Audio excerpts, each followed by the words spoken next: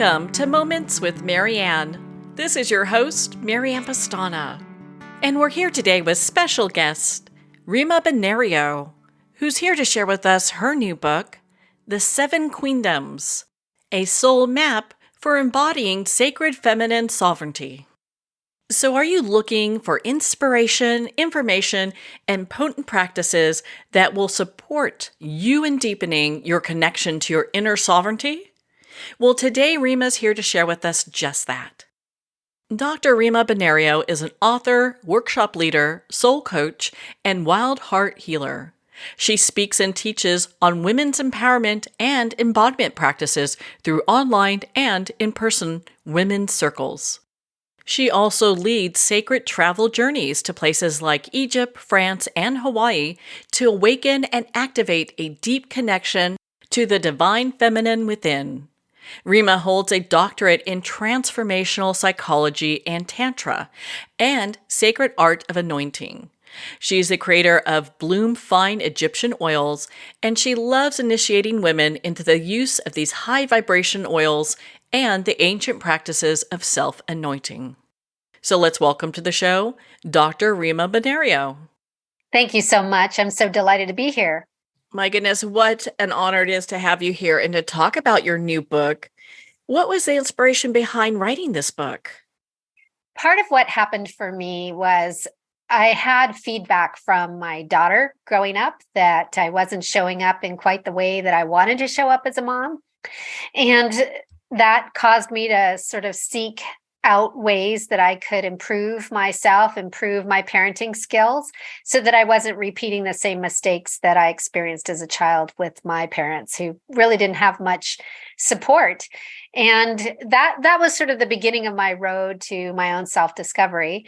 This work, however, that's really more about embodying our sacred feminine sovereignty, that's about really owning our bodies as women, was inspired in part by the relationship I have with my husband. And, you know, when you've been married for 20 years, you go through a lot of ups and downs and ins and outs. And during our time together, we had some challenges that showed up in our intimate life. And in a moment of pure vulnerability, one day he just said, you know, I'd really like you to see if you could fix this.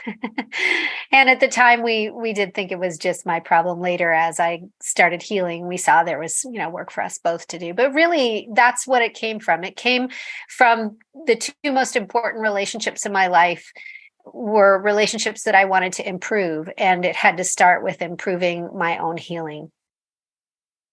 So when we talk about sovereignty and the way that you use it, does this relate only to women or can this be men too? Sovereignty itself is something all human beings should aspire to, I believe. And I just focus primarily on women because that's the area and the lens through which my recovery got started. And I think women and men approach sovereignty differently. And the way we work at it within our energy body is certainly different. And that was a life-changing awareness for me to come to understand that I had to know what it was that my body was doing and how it was operating. And we don't get an instruction manual for our bodies, much less our energy bodies, which is a new concept to many people, the way it was for me. So yes, we can all be focused on creating sovereignty, men and women, and I just think we come at it differently. So when we talk about the sacred feminine sovereignty, what does that look like? I call it sacred feminine sovereignty because it starts with a deep connection to our soul self. It starts with understanding ourselves as spiritual beings who are here on the planet to have a human experience. And really, the job is not to escape life on planet Earth, but really to create life on planet Earth from the perspective of the soul. You know, many of the sacred traditions we have talk about creating heaven on earth, and that's really what it's all about. And so sacred feminine sovereignty is about looking at the sacredness of the feminine principle, not just women, which is our sex, and not the gender identity that goes along with what we call women or female, which is really the word that's related to our sex, but the feminine principle as an energetic dynamic. So both men and women have masculine and feminine energy in us. We want to be able to access all of ourselves, and the world right now over relies on masculine energy.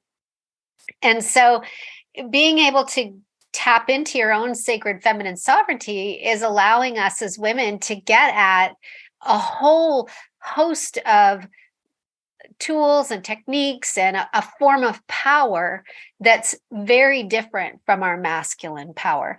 And that's a form of power that I feel that most of us don't have good access to because the world in general doesn't really appreciate it or understand it. Do you feel that some people who are really get into that spiritual realm tend to really kind of check out of their sovereignty in many ways because they are just wanting to focus on maybe the positive or whatever their environment is at the time when they're meditating, what have you? Yeah, I call that mood making. Sometimes people might be familiar with the term spiritual bypassing, where we think that the whole job of it is to try to ignore what's happening in our environment. And there's some truth to the fact that we want to keep ourselves as settled as possible.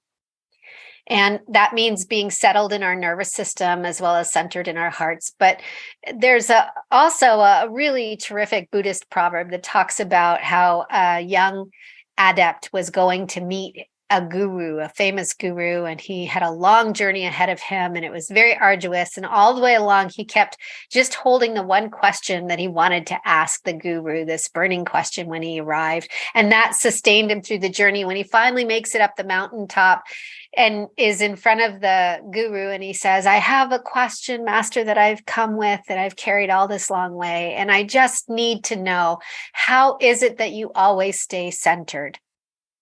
And the guru laughed and he said, oh no, never centered, always moving to center. And this is really the work, is to recognize that centered is not a destination. We are living in a dynamic world where struggle happens, stuff happens, things come up. It's temporary here. Everything here is temporary. So we will lose it all, including our bodies. And loss is a real difficult thing to deal with. And so we need to expect that we're going to be thrown off center. The thing we can do is become more masterful in how we come back to center. And my work and my lineage says that the way we do that the most elegantly, the most efficiently, and the most painlessly is by working through the body.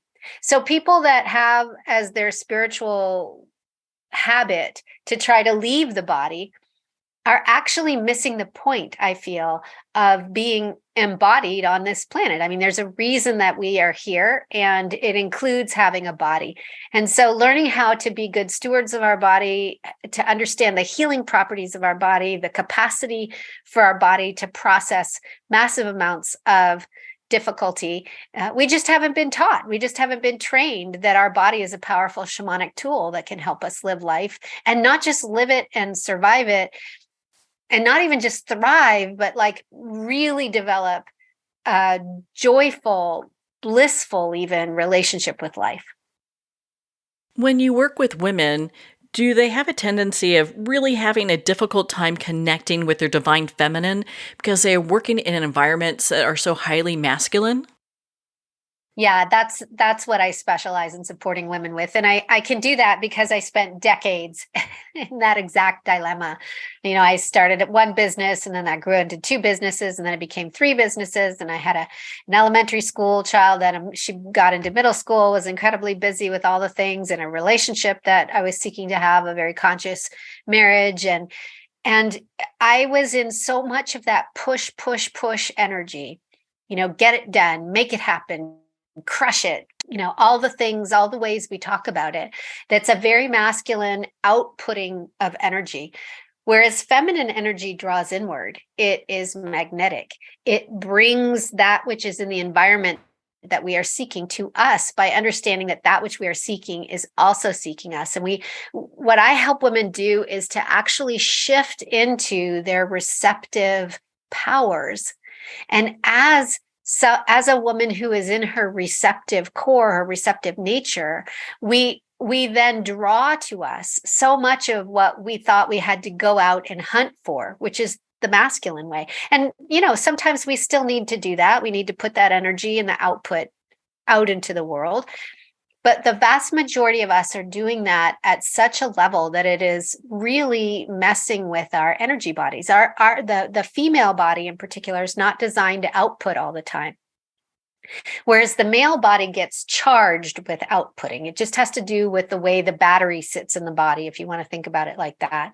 And we've been trained to work like as though we were men, and we're not physically men. And it's not that we can't do all the things they can do. We just need to come at it in a way that is more aligned with our own nervous system and our body and our energy body. And so we get inspired and filled and energized by receiving. And so if we will learn how to receive and become good receivers, which most women are not good at that, then we can fill ourselves up and give from this state of luscious overflow and abundance. Rather than what we tend to do is give, and we give so much that we empty ourselves and we become bitter and resentful and angry that people aren't giving back to us in that way, when really it's not their job. And we've either through trauma or conditioning have come to believe that our value is only in our giving or our producing or our productivity or how much we can take care of people. And so we forget that we have to take care of ourselves, just like we're taught on a plane, put your own oxygen mask on first. And it's a struggle that many, many women face. And I really am passionate about how we can be both beautiful, loving, kind, supportive, giving moms and wives and family members without having to sacrifice ourselves in the process. It seems women have to wear a cape every time we wake up in the morning between, cooking and cleaning and taking care of kids and working a full-time job and then being a taxi service. I think a lot of women don't even know how to make a transition to something that's maybe a little bit more towards balance. Absolutely true. And I would say that the superwoman is an adaptation. There are actually 3 adaptations that we largely do in order to survive this kind of strange dilemma that we get born into, which is called patriarchy, where the masculine principle is the one and only dominant principle.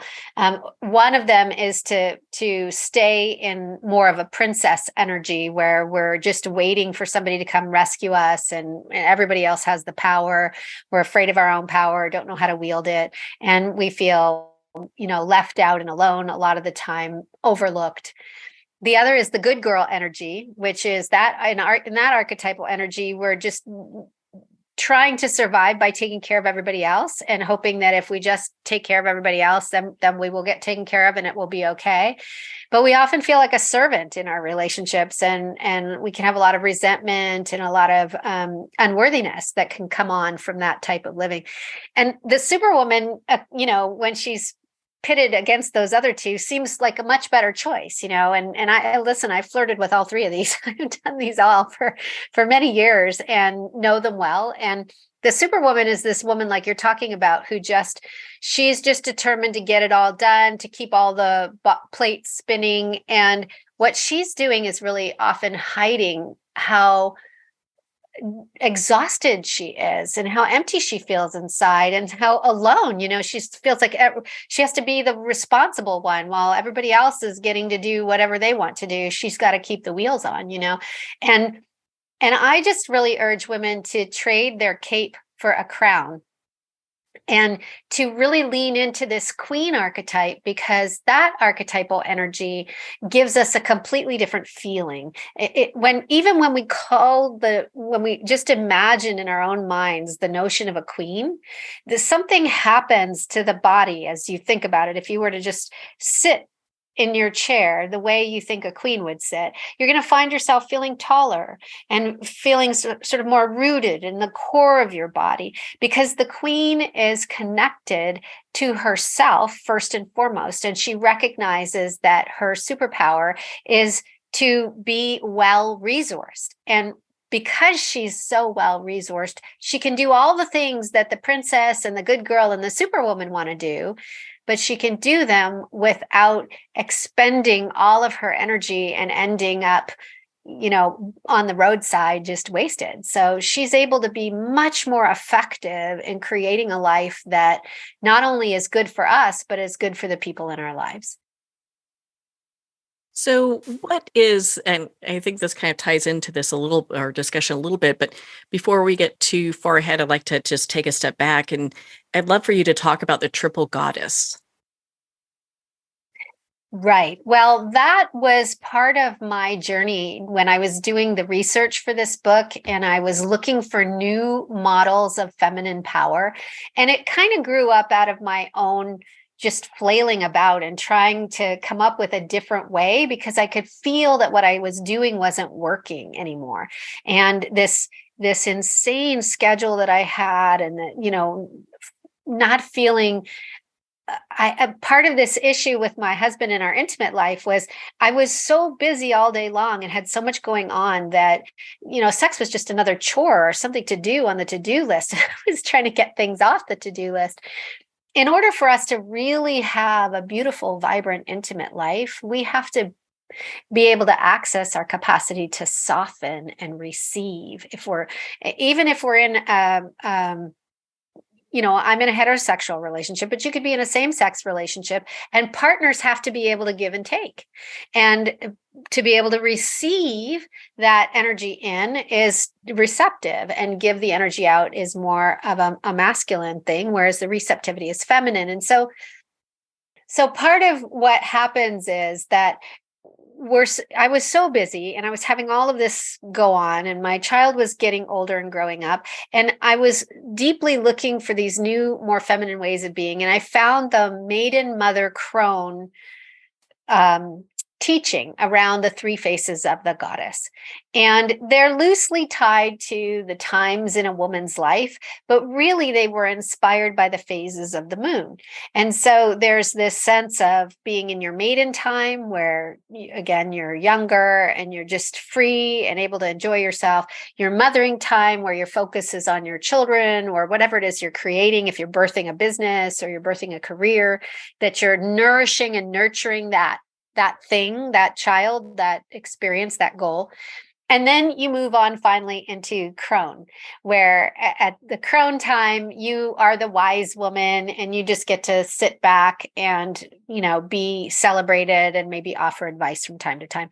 And I kept looking at that thinking, my mothering is sort of coming to an end here, but I am not in any way ready for a rocker and to be put on the sidelines into the energy of crone. And that's sort of a cheap shot at crone. I love the crone energy, but I was very clear I wasn't quite there yet.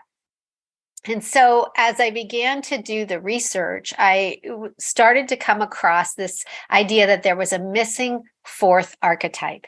And if you look at the phases of the moon, there are actually four phases. There's, the waxing, the waning, the full, and then what we call the new moon or the dark moon, where it's not visible in the sky. So it's sort of an invisible fourth energy. And once I saw that and was digging in a little deeper, I discovered this archetype of queen that very often sits between the mother and the crone. And this energy is an energy that happens when you have enough lived experience to know yourself a little bit more fully. You have enough lived experience to feel confident and to realize that it's your turn now, right? You've been doing all this decades of mothering and birthing and raising a child or developing a career. Now it's time for the harvest. And that harvest comes to the queen when she is in her full power, when she gets to be fully resourced. And when we take the time to fully inhabit our queen energy, we are much more able to be a powerful crone, because if we just go from that mothering spent energy directly into the crone, we really have not replenished our reserves in a way for us to enjoy our lives as a crone. And that's really important. And, a lot of women are not tending to themselves in this way, whether that's physically, where we've run our bodies into the ground, or it's financially, where we've really prepared for retirement, or it's in our relationships where the kids are gone and now suddenly we look at who we're married to and we think, oh, this what happened? Who are you and what am I doing? I don't, and the relationship falls apart. So there's a lot of imperatives that happen for women when we kind of hit this or are approaching midlife or in the midlife phase that we need to be paying attention to. It makes it so much softer when you look at that, as opposed to, you hit the top of the pinnacle of the hill over at mother, and then it's all downhill from there. Yes, and that's the sort of patriarchal lie we've been told, that our value ends when we're no longer meaningfully able to contribute to the man's world, either by being the sexy young thing or the mothering thing or the, in some way the servant, right? And the crone is considered somebody that has to be taken care of, very often culturally speaking, not anymore contributing, especially in the West, where there's not a reverence for our wise ones, and there's an over reliance on youth and an overemphasis on youth. So having this queen energy helps us to see the truth that we all inherently feel. Wait a minute, I'm not, I've got so much more to give and so much that I want to do. And oh, by the way, now I get to take care of me. And, there's it's a little bit vulgar, but there's that sort of phrase of like, we wind up in the 50s where we're like, okay, it's, no, I'm not doing all that anymore. And we finally realize that, we need to take care of ourselves. And talking about it being softer, we don't have to go into that really angry space around it. Sometimes we do have some unresolved rage and anger that needs to be felt and transmuted. Absolutely. There's no reason we should avoid that in this work. We don't avoid the difficult things. We really embrace them.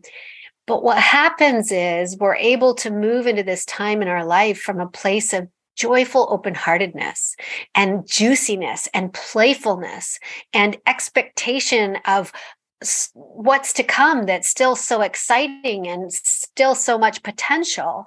And we bring that renewed enthusiasm into our families, into our relationships, into our workplace, and into our bodies. And that allows us to really enjoy the later part of life. I love that. Absolutely love that. I think that it's so nice to have that queen in there, and it adds so much. It really does kind of balance things out where it feels more like a full life as opposed to one that's not really honored in the best way that it could be. Absolutely. And, we see that all the time where women don't have good models for how to really elevate themselves in this time of life. And, we're struggling in lots of other ways. Our bodies are changing and we may not have good pathways for dealing with that. Relationships could be changing. We have to deal with maybe the empty nesting feeling. My daughter went off to college this year, and it's been, there's emotional content that goes along with that. But fortunately for me, because I've been at this for 8 years now, I was really aware that I needed to have a vibrant and full life of my own, so that when she's moved on, I will not feel so bereft about that. And this happens also for women who lose their spouses. If we haven't created our own vibrant lives, if we don't have quality friendships, if we're not sitting in sister circles, if we haven't learned how to really be in self-devotion, which is a step up even from self-acceptance and self-love, then we get really blindsided by these moments in life that are bound to come our way, and we don't have a solid foundation to stand on. So, in your book, you talk about archetypes. And for our listeners that are new, what is an archetype? An archetype is an idea or a collection of ideas that have resonance in the human soul. So it doesn't matter what culture you're in. If you talk about the notion of a sovereign, everybody knows what that is, or the great mother. We all kind of have a sense of what that energy is, or the father archetype, or you could go with the hero archetype or the jester archetype. These are structures that people recognize across cultures, and they help us tune in very easily to a set of qualities associated with that archetype. So it's a bit of a shorthand that helps us to get at the core of an idea very, very quickly. Well, on that note, we're going to pause here for a quick break. We've been speaking with Dr. Rima Bonario in regards to her book, The Seven Queendoms, a soul map for embodying sacred feminine sovereignty.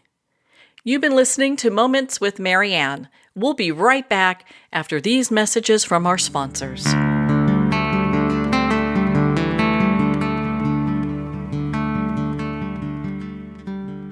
Dr. Richard London, who has 25 years of experience being known as the Man of Steel with the Heart of Velvet, presents the Life Wellness System, The Road to Yes, a mentoring system that brings you to becoming a wellness heir. Imagine having wealth, wellness, love, peace, and spirituality in abundance and balance now. Visit doctorateoflife.com or call 720-213-8021 for a free 15-minute wellness evaluation. Hi, this is Jana Wilson, author of Wise Little One, Learning to Love and Listen to My Inner Child, a best-selling prescriptive memoir in inner child healing. I'm also the founder of the Emotional Healing System. The inner child, simply put, is your feelings, both positive and negative. If you'd like to learn to love and listen to your wise little one, pick up my book at Amazon or visit my website at janawilson.com. It's never too late to have a happy childhood. The first thing you need to know about me is that I love my kids, but they are not my everything. They used to be, but that's when my entire life fell apart. In order to pick back up the pieces, I had to put the love I have for myself before everything else, including my kids. I'm Jessica Dennehy, and I own multiple businesses. I'm a best-selling author, and I have all the strategies that I've used to make my life what it is today. And I'm going to teach you how to do them in my new book, Selfish is a Superpower. So go get your copy today on Barnes & Noble or jessicadennehy.com. Announcing a revolutionary tool for wellness. Scalar Light has the ability to enhance and harmonize your own bioenergies. With Scalar Light, you can get started in just minutes and begin feeling better the very next day. Scalar Light is a remote energy that gently and subtly works with your own body's bioenergies, increases pro-cellular wellness, and enhances your body's immunity. Experience the benefits of Scalar Light. Try a complimentary 15-day experience at scalarlight.com. In your hands lie ancestral patterns. These patterns shape how you think, what you struggle with, and experiences you love, your life pattern. We're going into the latest neuroscience of biological hand analysis, a realm beyond palmistry where science and the soul entwine. Hand analysis is the latest method to transform lifelong patterns. I am Master Hand Analyst Brent Bruning. Join us and visit thepowerinyourhands.com. Looking for a page turner? Cozy up to a fantasy adventure romance trilogy with The Girl in the Toile Wallpaper by Mary Kay Savarese. The second novel in the Star Writers trilogy, The Star Writers Club, is coming soon. Take the journey. Connect with Mary at www.maryksavarese.com. Her books are available on Amazon, Barnes & Noble, and all indie bookstores. Pandemonium.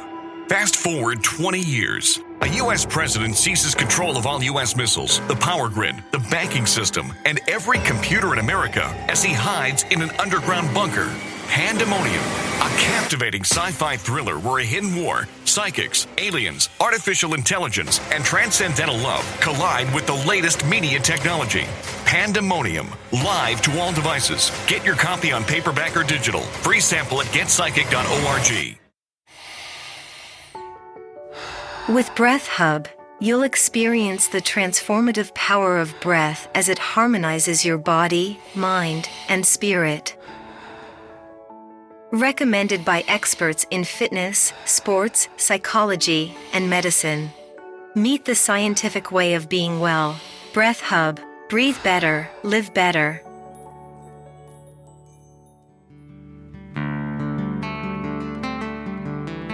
I'd like to thank Jason Eastwood at Guitarfulness for sharing his inspiring music and talent with us.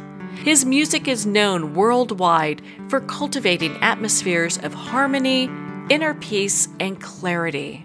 Visit Jason's website at guitarfulness.com. Join his newsletter, be part of his community, and download his music.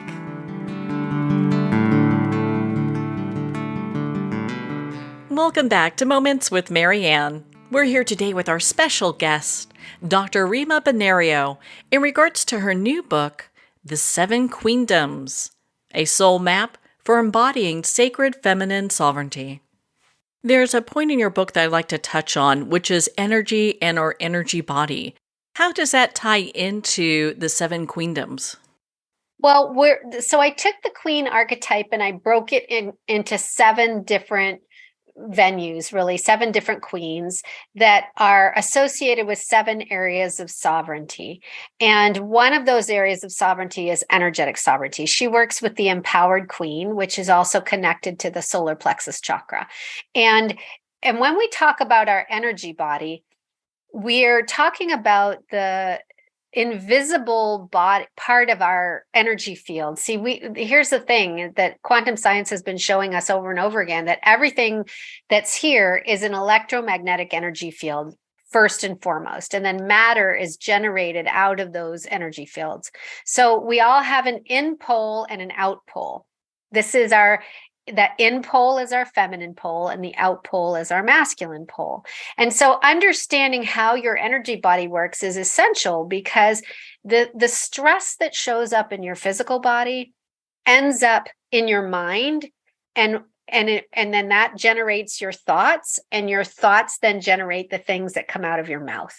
And if you want to be able to have more kind things come out of your mouth, you need kinder thoughts. If you want kinder thoughts, you need a kinder physical environment inside your body. And if you want to have a kinder physical environment, you need to know how to operate your energy body so that you are taking good care of yourself in the ways that will best support you to be in the energy of kindness rather than the energy of punishment.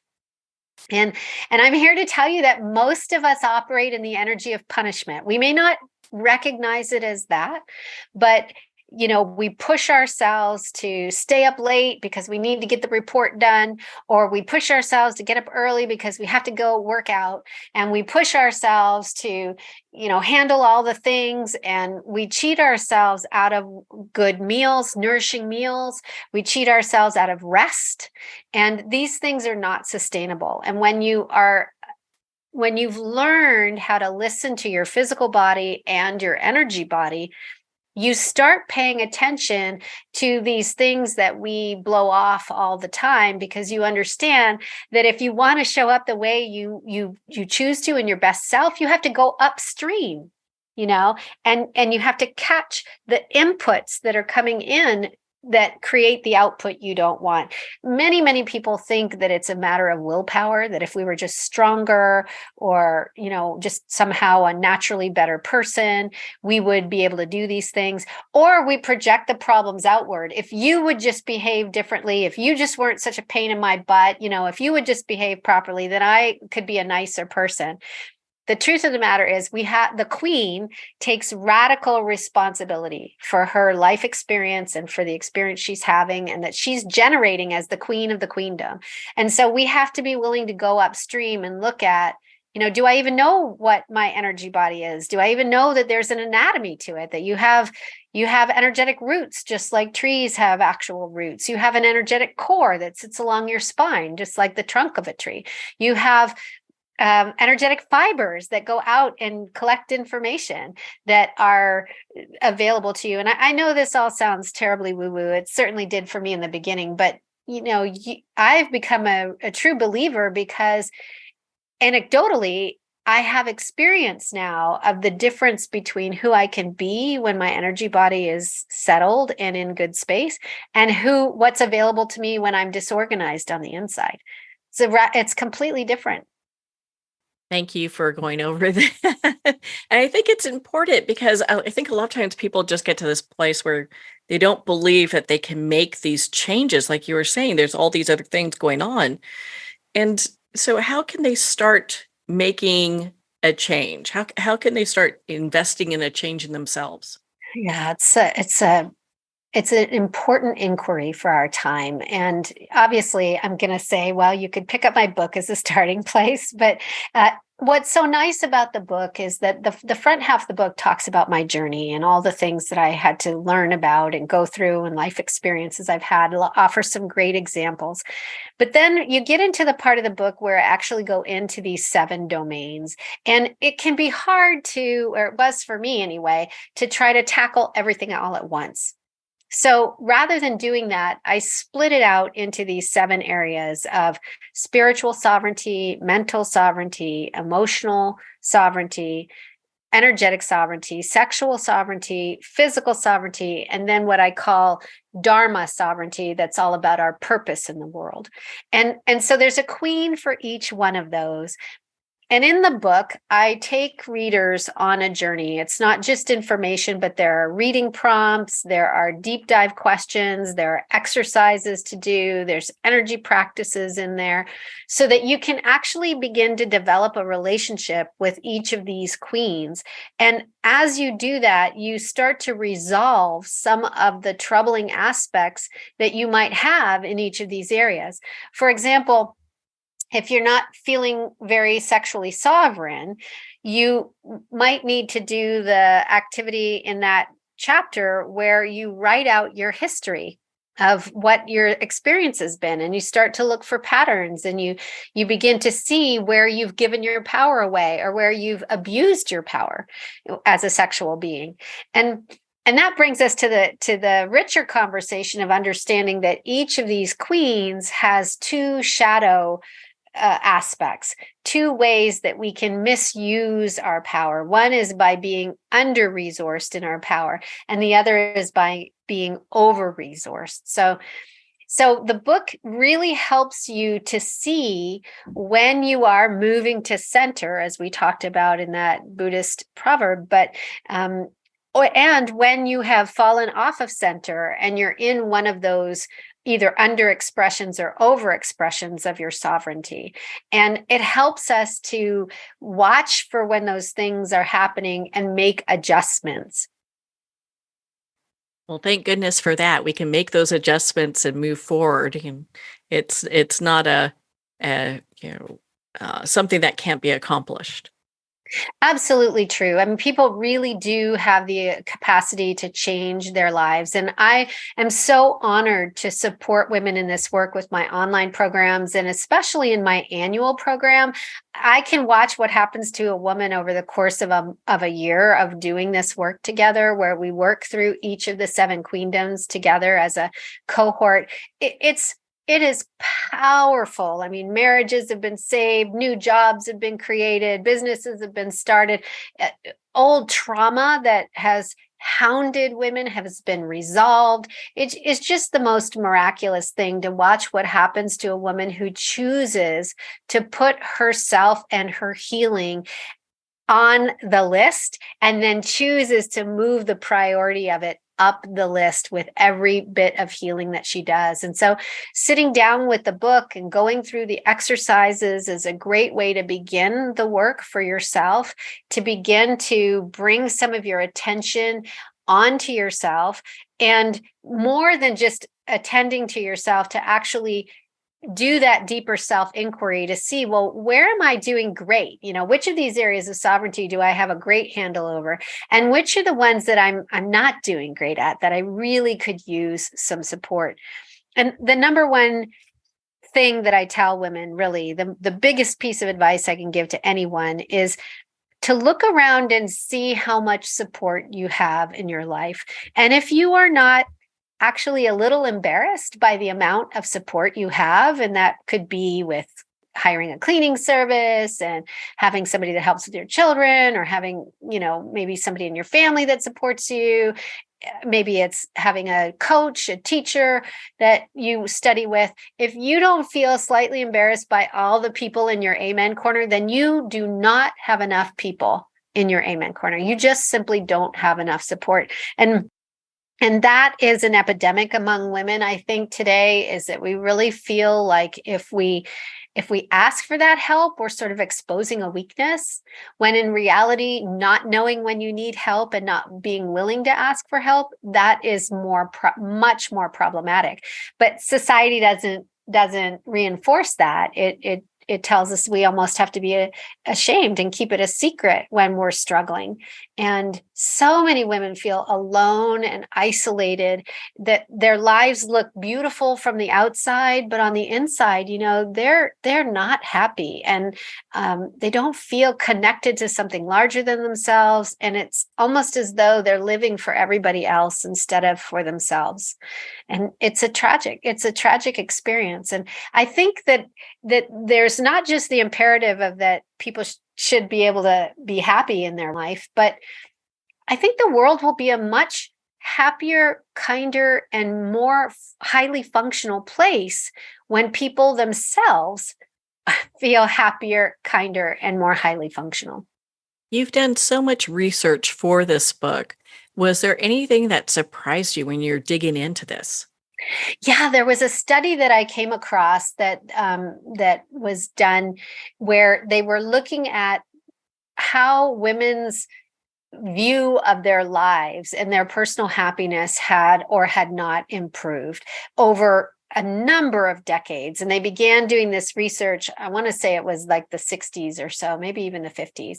And all the way up to about the 70s, women had a sort of a baseline of happiness. And then there was this challenge because we didn't have access to the economic resources that we needed to have. And very often that meant we had to stay stuck in really bad relationships.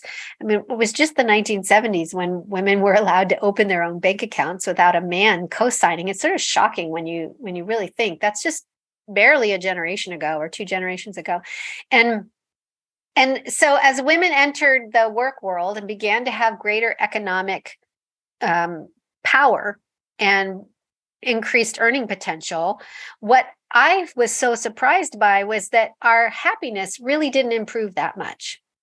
And even in countries where the pay gap is smaller, those women also did not feel happier with this experience. They might have had a little bit lower stress in some areas, but their stress was increased in other areas. And a lot of that has to do with the invisible labor that we still take on primarily when we get home, that men were not socialized into doing. And so men who did actually begin to take on some of the more family-oriented tasks, like spending more time with their own children and actually having deeper relationships with their children, their happiness increased. But women, we are not having that same outcome. And I believe it's because we are still focused on trying to show up in a world that was designed by men, that works very well for men, but doesn't really work that well for us. And we have to find different ways of engaging with the world and setting up our lives so that we can be refilled and filled and nourished, and we can be as important as the external factors in our lives. And once we start down this pathway, we really begin to see how imperative it is that we are well nourished as beings, because the family very often really rests on the shoulders of the woman. Like women are the glue to relationships, whether those are work relationships or family relationships or even friendships. And so when we are not in a good state, no one else really is either. And so this was a big surprise to me, and that the research was bearing out what I intrinsically knew for myself and saw in my clients, that we have to put ourselves first a good amount of the time so that we have the resources we want to have in order to care for others. You list all the queendoms that's in the book, which are just fabulous and fascinating. The loving queendom, I would love for you to dive into for us. Yeah, the loving queen, her domain is all about connection, and she resides in the heart. And she works in tandem with the heart chakra, which sits in the center of the body, so in the center of that system. And it's really the place where we need to embrace all of these. There are like 7 sovereign rights that come along with each of the queens. And her right is the right to love and be loved, the right to be connected. And a lot of us have childhood wounds that are still running in the background, those old tapes, or sometimes I call it the stuff that's under the rug. You can't see it, but occasionally you trip over it. And we might have stories that we're not very lovable, or we're not worthy of a certain kind of love. And so it becomes difficult for us to actually feel other people's love. And the antidote to that, we often think, is we need a better lover or a better partner. But really, we can't feel it if we don't know how to offer ourselves our own love and acceptance. So the focus for the loving queen is all about self-acceptance and self-love first. And then as we build our capacity to offer that, we get to be in that sacred exchange with others. And the two ways we can misuse this desire for connection is we can either be over interested in taking care of others, and I call her the sacrificial queen, where she is giving and giving and giving so much that there's really nothing. She ends up giving out and becomes a burden, or resentful and bitter and angry, and always judging others to be not supportive enough because she has become over supportive, right? So she's in the habit of over giving and draining herself. And that queen she's not nice. I know her well. I've done that a lot. My mom really embodied that energy a lot. The other side of the spectrum is the solitary queen, who, rather than giving and connecting, runs away. She pulls away and she goes and hides herself up in the tower and sort of says, I'm not going to engage in any of that. She could do that because she's angry, but she could also do that because she doesn't feel safe. She doesn't feel safe in relationships. She doesn't trust people. Maybe the people that she grew up with were not trustworthy, and so she didn't have good models for how to be safe and connected. So she chooses to be unto herself and not connected to others. And that's not a happy place either. It's, connection is a basic human need. So really being able to develop our loving queen as an ally for us is so essential. All of these queens become like allies. And I love the portraits that my dear friend and evolutionary artist, Jenny Han, made for each of the queens. They're so gorgeous in this beautiful full color book. You could just meditate on the picture itself and receive the transmission that she created for these beautiful portraits. And so what we're wanting to do is actually develop a relationship with these queens so they become allies for us. It's kind of like having our own Queen's Council. Well, I think that's so important to have those to lean on. When people read your book, what is it that you want them to take away from it? I want women to read this book. And by the way, a lot of men have read the book and they get a lot out of it as well. What I want people to take away from the book is that there is hope, number one, if you haven't been able to get your relationships into a place of lasting harmony, if you haven't been able to secure a life that you felt you could take good care of yourself, if you felt that you haven't really lived your best life yet, it is not too late. It is not too late for these things. And a lot of us, as we approach later years in life, we start to think, well, maybe I can't have that. Maybe I just missed the boat and I'm not going to have work that was meaningful for me, or I'm not going to have a deeply loving, committed relationship, or I'm not going to have this time where I get to shine. And I want people to know it is not too late, and that you can begin to do the work now to support yourself in having what you want as soon as you possibly can get it, by doing the work and really allowing yourself permission to create a life that you love. How nice it is that we get that permission to do that. And having a sisterhood, is that important as well? I would say that sisterhood is so important. I mean, we can do this work by ourselves, and then it gets to a point where we have to bring the work we've been doing into relationship with others to get feedback and to see actually how's it coming? How's it going? Right? Because it's so easy to be in a good mood when nobody's around you and nothing gets in your way, and the dog doesn't have an accident and the TV's not on, and you're just doing your thing at home. But once we get around other people, that's when we find out, how healed are we? You really want to know if you've managed to move through some old trauma, just go hang out with your family of origin, and you'll get the chance to find out, are you there yet, or is there more work to do? And the beautiful thing about sitting in a circle of women as a sisterhood, especially one that's facilitated with great care, is that you have the experience of being witnessed in a safe and sacred container. And most of us did not grow up with that kind of witness that has no agenda. Most of us grew up with parents that had a very specific agenda for us. We had things we were supposed to do and be and become and show up as, often because they felt that was a reflection of them if we didn't. And in these circles, nobody's holding an agenda for us. We are the mistress of our own ship. We are the queen of our own council. And so how we get to be held and witness is so important. And then when we do ask for feedback and we do ask for reflection, we get to have that offered to us in a very kind and loving and nurturing way that's crafted out of conscious communication. And we learn self-responsibility as we get to do that for each other.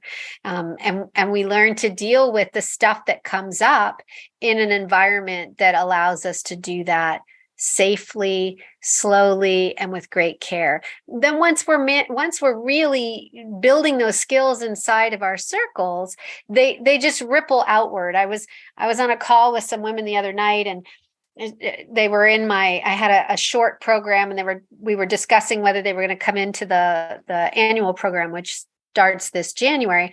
And one of the women said, my husband was like, yes, whatever she's doing next, say yes to that, because this stuff is working. And I mean, nothing pleases me more than to hear that our partners are excited about the growth they're seeing. Because as women, we sometimes think we can't spend that money on ourselves, or we can't put that time into ourselves, because what would other people think? And are they going to let us do that?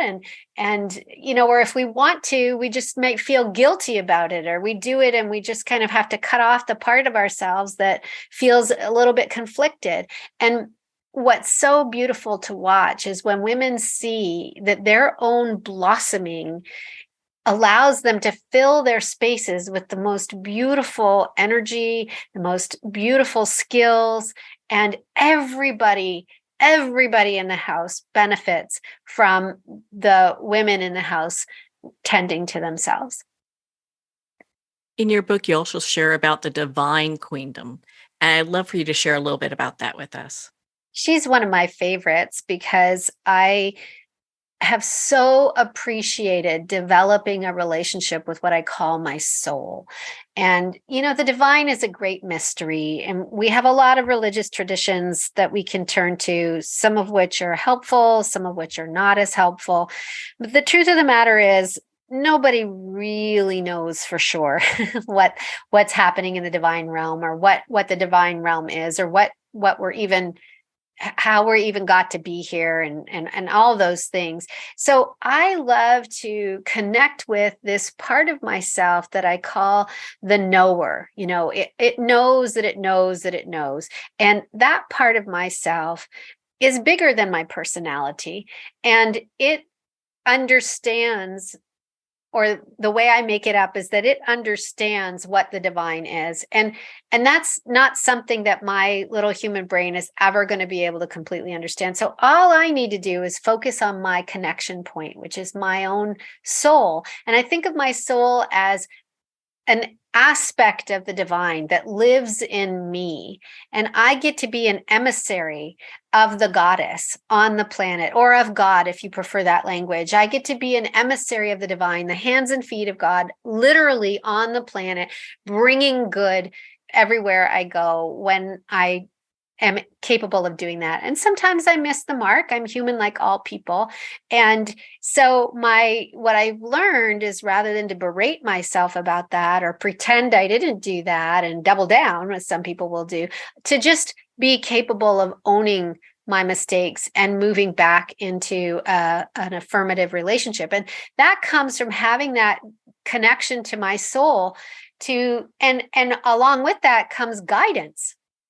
Really powerful guidance. And so becoming a good receiver of guidance for me has allowed me to run my business in a very feminine way, which, instead of, quartered goals and all of the measurements and structures and all of that sort of thing. I mean, I do have some of those structures because it's important to have them in a business, but I develop my plans and work in such a way that is soul driven. So I'm listening in my daily practice of what is it that would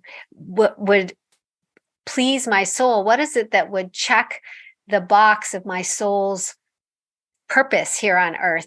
And that can change.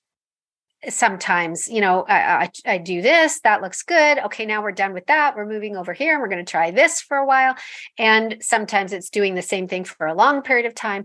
But I feel as though I have an actual partner with me in the work.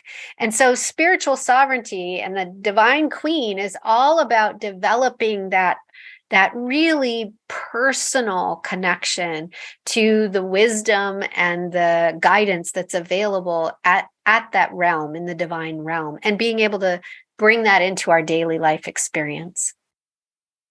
Well, Rima, where can our listeners connect with you and be part of your community and learn more about your work? You can find me on the web at rimabonario.com, rimabonario.com. That's my website. And from there, you can see all the different things that I have going. I've got products in my shop and classes. And then I have different things that happen across the time frame, across the year. I'll do smaller things here and there. And on my website, you'll see that there is a Queen's quiz that you can take to see what your strongest Queen archetype is, which is sort of a fun way of doing that. And if you'll put your email address in at the end, we'll send you a full report all about that Queen. And then you get on my mailing list and you get a chance to learn. I send out all kinds of things through email where I'm talking about these different concepts. And then you can find me on Facebook. I'm actually the only Rima Bonario in the whole world, so I'm pretty easy to find on social media. I do a little bit on LinkedIn, and I have some videos on YouTube. And of course, you can purchase the book on Amazon. So that's real. Those are really the best ways to connect with me. Well, Rima, thank you so much for taking the time to be on the show with us here today. Oh, it's been my pleasure. Thank you so much for having me. Well, thank you, Dr. Rima Bonario. It has been such an honor to spend this time with you and to talk about your new book, The Seven Queendoms, a soul map for embodying sacred feminine sovereignty.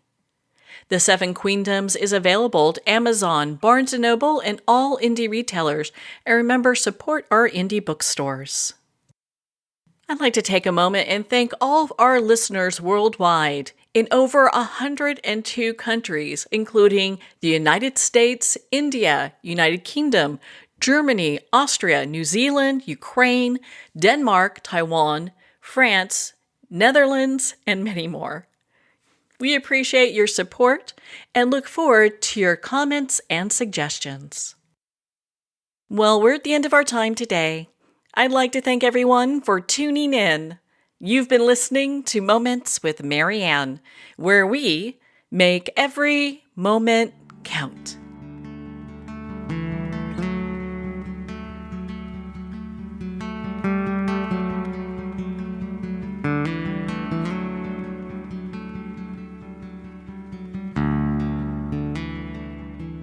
In a single moment, your life can change. Moments with Marianne is a transformative hour that covers an endless array of topics with the best of the best. Her guests are leaders in their fields, ranging from inspirational authors, top industry leaders, and business and spiritual entrepreneurs. Each guest is gifted and a true visionary, a recognized leader in her own work, and while teaching others to develop, refocus, and grow, Marianne will bring the best guest and sometimes a special surprise. Don't miss this. You never know just which moment will change your life forever.